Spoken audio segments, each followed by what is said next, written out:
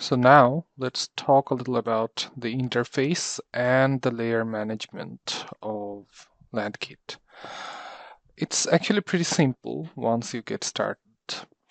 You have to open, as I said before, the Topo Workflow 2.0. And with that, when you drag and drop the Topo Workflow 2.0 GH, which is the Grasshopper file, you are presented with this. So before I talk about this, let's see what we have in our layers. We have two major sets of layers, existing and proposed. So each of these have a very similar set of sublayers, topography, features, and mods. So let's see and go inside each of these. Topography has break lines, and let's extend this, contours, spots as in spot elevation, other geometry, and mend and boundaries. Features will have all the topographic features it will have. So again, the structure of these layers are such as each of the features will have curves and spots. So curves are essentially the boundary of each of these features, and then spots are spot elevation. We'll look at it really soon, but bear with me. So we have curve, uh, path, stair, wall, and there are a few extra layers such as curb cuts, wall tops, and things like such. And then mods have smoothing boundary, grade geometry, sculpt geometry, and a second layer of all of those. And I'll explain these as we go along. And proposed has very similar types of layers. So yeah. Now, if you look into this as well as this, you'll see that these are all responsive. What does that mean? That means if I modify any of these curves, my geometry is supposed to be modified alongside with it, which is awesome. Now, if you look into LandKit Topo Workflow, the window right here, it has info, it has existing, it has proposed, and it has output. So each of these has different types of parameters. So all of these models are parametric models, and you can kind of make changes as you go along, and your model view will be changed alongside with it. Now let's start from a fresh canvas. I have nothing, I only have my template. So within my boundaries, let's draw 100 feet by 100 feet rectangle. And then within that, let's draw a few contours. So to do that, I will make contours of the existing as my active layer. And then I will try to draw my contours like this. These are just some random lines that I want my contours to be like. And let's make it a bit over here, a bit over here, so that the whole rectangle gets filled. And also just two flat lines. Okay, you can see nothing is happening. And it's important that you draw this within the 0, 0, 0 point. So now let's move this a little bit. Let's make this landform a little undulated. So something maybe like this.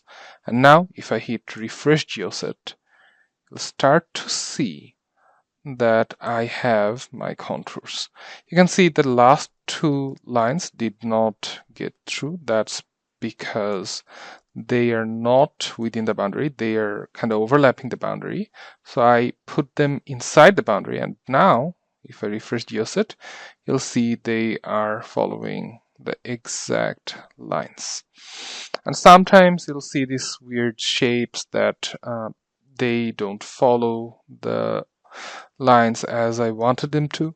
So to make them follow exactly, what I really should do is I should expand my boundary. This is happening because if I go to my top view, you'll see it's creating some discrepancies within these contour lines. This is because these points are overlapping the boundary itself. So if you just scale the boundary a little bit more, and then if you hit refresh geoset, you will see that your contours are exactly being followed. So this is one thing that you need to keep in mind, uh, that whenever you're drawing with a certain boundary, if your feature lines or any kind of points are overlapping on top of that boundary line, they might get lost in terms of data interpolation. Now you can see that the contours are a bit jagged. That's because my output resolution is a little off. So let's fix that. If you go to the Out tab right here, go all the way down, and then if you go for the site size, you'll start to see that there are some certain site sizes that are given. These are for the resolution of the drawings that you're getting. So this being a very small site, let's hit for small, and you'll see that now they are a bit more refined. If you go for extra small, they will be even more refined. But just keep in mind that the more smaller you get, the more precise it gets, and as a result, the more calculation time it will require. So if you're working with a really large site, go for large or extra large, or medium is usually recommended. Now let's try to draw a path on our landform. So to do that, let's go to the features within the existing, and here you'll see the path center lines. Let's make that the active layer. Let's go for any of the curved lines that you want to, and let's draw the path. Let's say that's the center line for our path, which is great. Now let's draw a point in the path bottom spots. So this is gonna be the lowest point of our path. So let's do that. And then you'll start to see the path is going to show up. So let's get into the details of that. So if you go to the existing tab of the LandKit, and then you start to understand the path width and the path slope, these two are the things that are governing the points of this path. So let's take the point up, because right now it's below the landform. We don't want that. Our center line can lie below the ground, but we need our point, which is right this, to go up.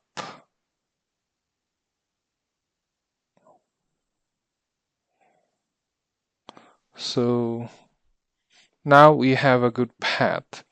So the path width is very random, 18.4. Path slope is 11.3. So let's fix those. So to do that, let's double click on that. Let's make the path width 10 feet. So that is a perfect 10 feet.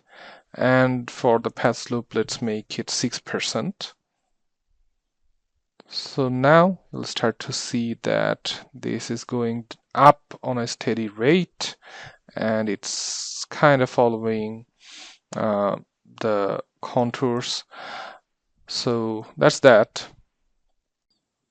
Now if you want to change the contour interval, what you'd need to do is you'd go to the Out, and then here if you just go in the preview contours and contour spacing, you see default is 0.5 feet.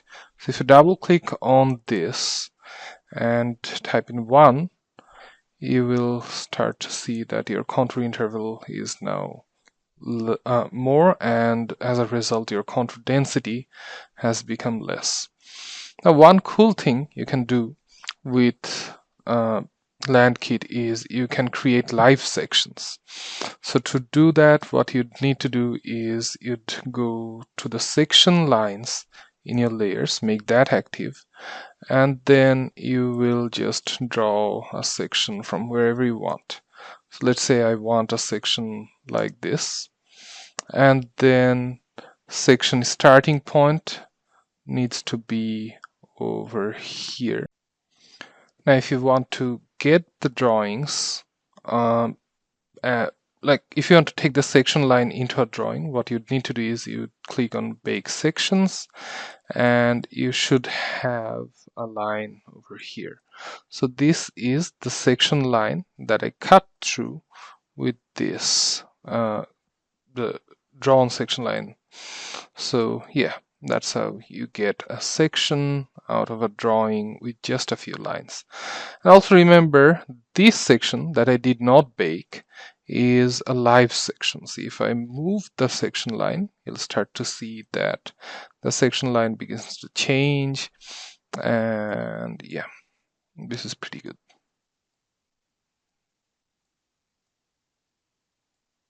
So how cool is that?